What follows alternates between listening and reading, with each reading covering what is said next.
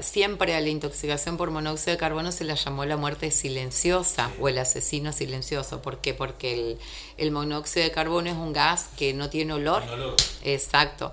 Entonces nosotros no nos estamos dando cuenta de que se está cambiando el oxígeno en nuestro cuerpo Claro. por el monóxido de carbono.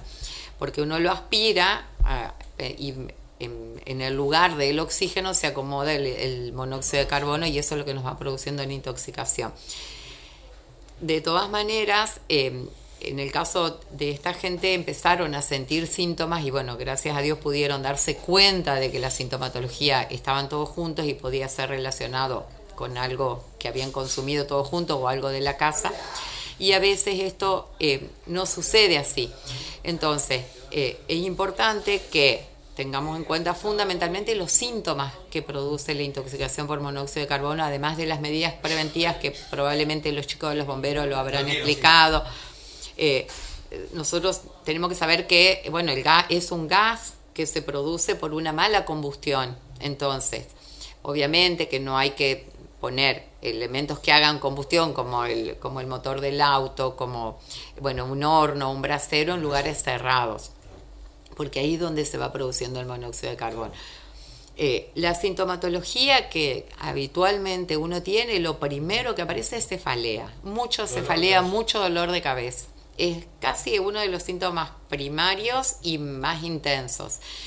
Y a medida que el tiempo va avanzando y que uno se va estando en ese lugar en donde hay monóxido de carbono, empieza debilidad muscular, empieza inestabilidad, o sea, dificultad para caminar, mareos, vómitos, irritabilidad. ¿Por qué? Porque hay falta de oxígeno, entonces uno está como irritable, pero por la falta de oxigenación. Pero fundamentalmente es eso, la cefalea, el dolor de cabeza, el mareo y el decaimiento. Ante cualquier síntomas relacionados con eso, más el antecedente de tener en su domicilio o un calefón en un baño, o estar con el horno prendido, o estar a veces en un garage con el motor del auto encendido, o tener un brasero en una habitación, bueno, uno tiene que estar atento de que puede estar relacionado con una intoxicación de monóxido de carbono. Obviamente, salir afuera, tomar aire, a ventilar, abrir ventanas y concurrir al centro de salud más cercano, ¿no? O llamar a una ambulancia. Porque cuando no hay pérdida de conciencia, que es el paso siguiente a la intoxicación, claro, uno todavía puede actuar bien. Cuando ya hay pérdida de conocimiento es bastante complicado y por eso desgraciadamente se producen muchas muertes al año por esta intoxicación. Sí, es la muerte silenciosa. Entonces es ahí donde uno tiene que actuar. En este caso particular y en todos los casos ante el frío, la prevención es el tratamiento. Es evitar que se produzcan intoxicaciones. Siempre tener ventilado la casa, dejar alguna ventana abierta por más que haga frío, controlar los artefactos, obviamente, y ante la primer sintomatología, consultar. Es importante abrir las ventanas, abrir las puertas y salir y tomar aire puro, ¿no es cierto? Sobre todo cuando hay síntomas. Así es la forma de que nosotros podemos prevenir.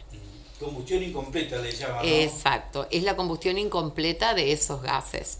Entonces se transforman en monóxido de carbono, que también es un gas, obviamente.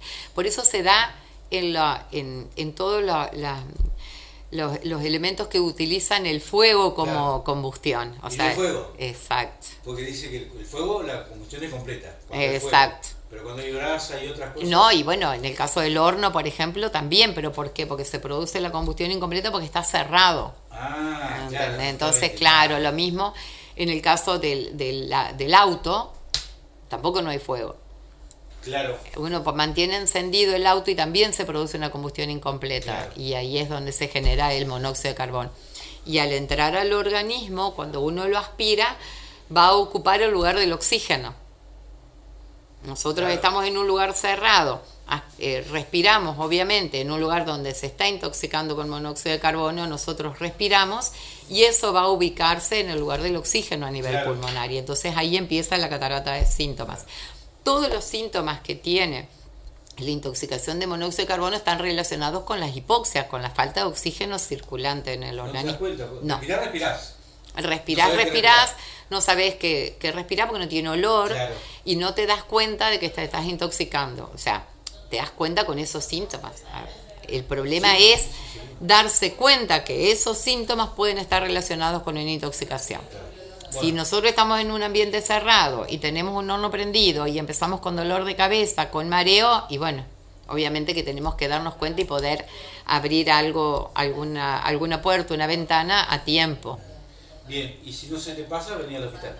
Y siempre igual, aunque se pase y aunque uno no tenga, tiene que consultar, porque bueno, es la forma de tratar, o sea, el tratamiento es Claro. con oxígeno, Eso hidratar es bien, que y acá, claro, por ejemplo, tenemos exacto, oxígeno sí. una ventaja tremenda. Acá en realidad se derivaron estos pacientes porque no cedían los cuadros.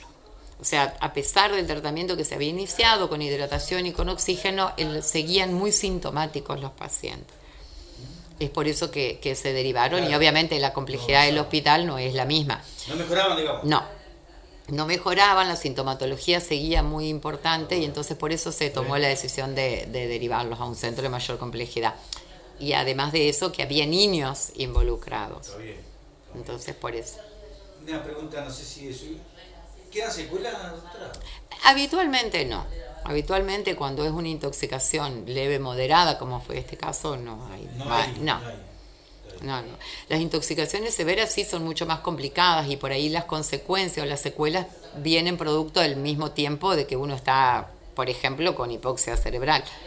Ah, bien. Pero Esa es la consecuencia, digamos. y o sea, lo que produce, lo que yo te decía, el oxígeno es ocupado desplaza. por el monóxido de carbono. El monóxido de carbono, exactamente, genera una falta de oxígeno a nivel circulatorio y a nivel de todo el organismo, a nivel cerebral, a nivel del corazón, en las arterias, en todos lados. Esa falta de oxígeno produce una hipoxia. O sea, hipoxia es pérdida o falta de oxígeno en ese lugar, en ese órgano, por ejemplo. Cualquiera, todos. ¿Secuelas te pueden quedar en cualquier órgano? Sí hay un tiempo prolongado Sí, de seguro, hipoxia, y si no, se provoca la muerte antes. Ese es el problema. Si hay un tiempo prolongado de hipoxia, o si uno puede rescatar, por ejemplo, a alguien que está con pérdida de conocimiento en su domicilio, y puede ser rescatado, todo depende del tiempo que ha quedado esos órganos sin oxígeno, intoxicados con el monóxido, ¿no es cierto? Bastante bueno, serio, ¿no? Muy serio. Obviamente que es serio y es grave. ¿Por qué? Porque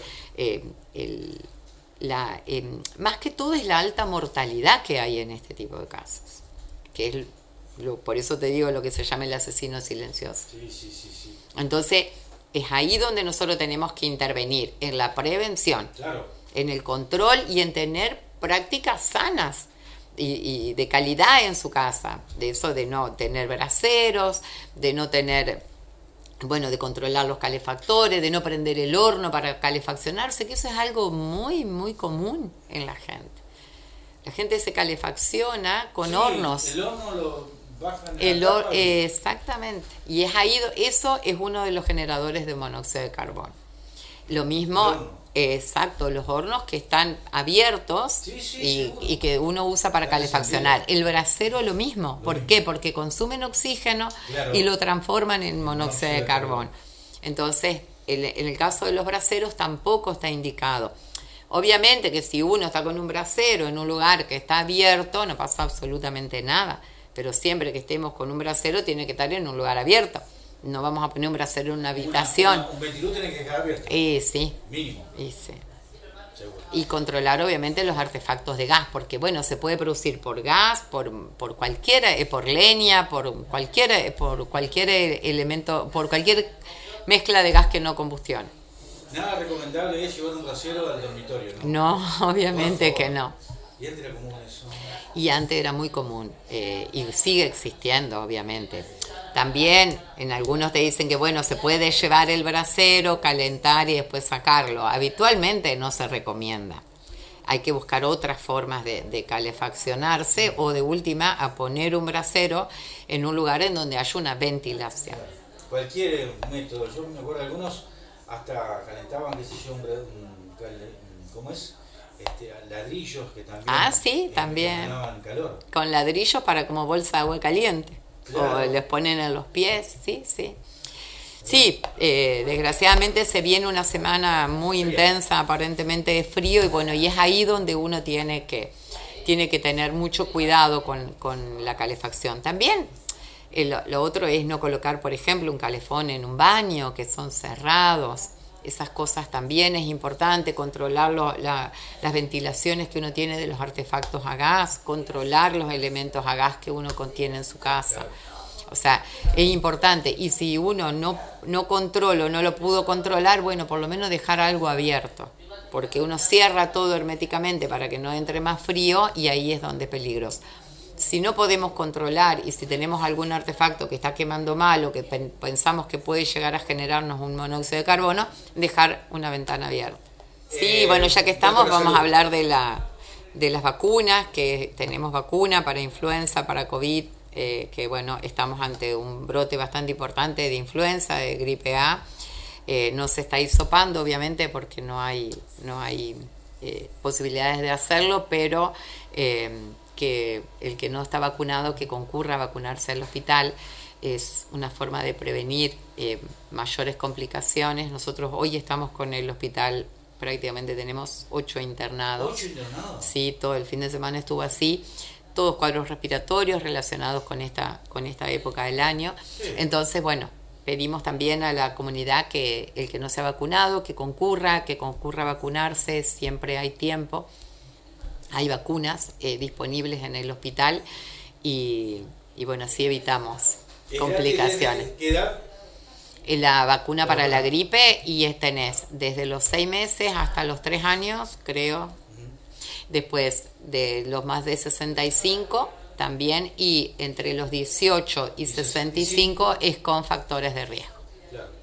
Con certificado. Del médico, Exactamente. Bueno, y obviamente tener todos los cuidados, ¿no? Abrigarse, bueno, obviamente volveremos a usar barbijo, es importante, exacto. Nosotros acá, por ejemplo, el personal, ya nosotros lo hemos instaurado, que empiecen a usar barbijo, sobre todo en lo que es internaciones, y consulta de consultorio, que por ahí está lleno.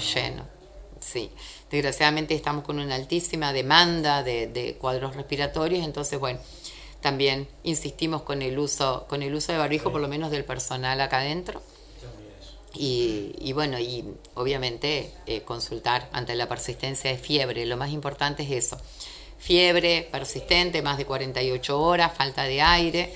Bueno, hay que consultar. Bien. Doctora, muchísimas gracias como siempre, muy amable. Bueno, que tengan buen día.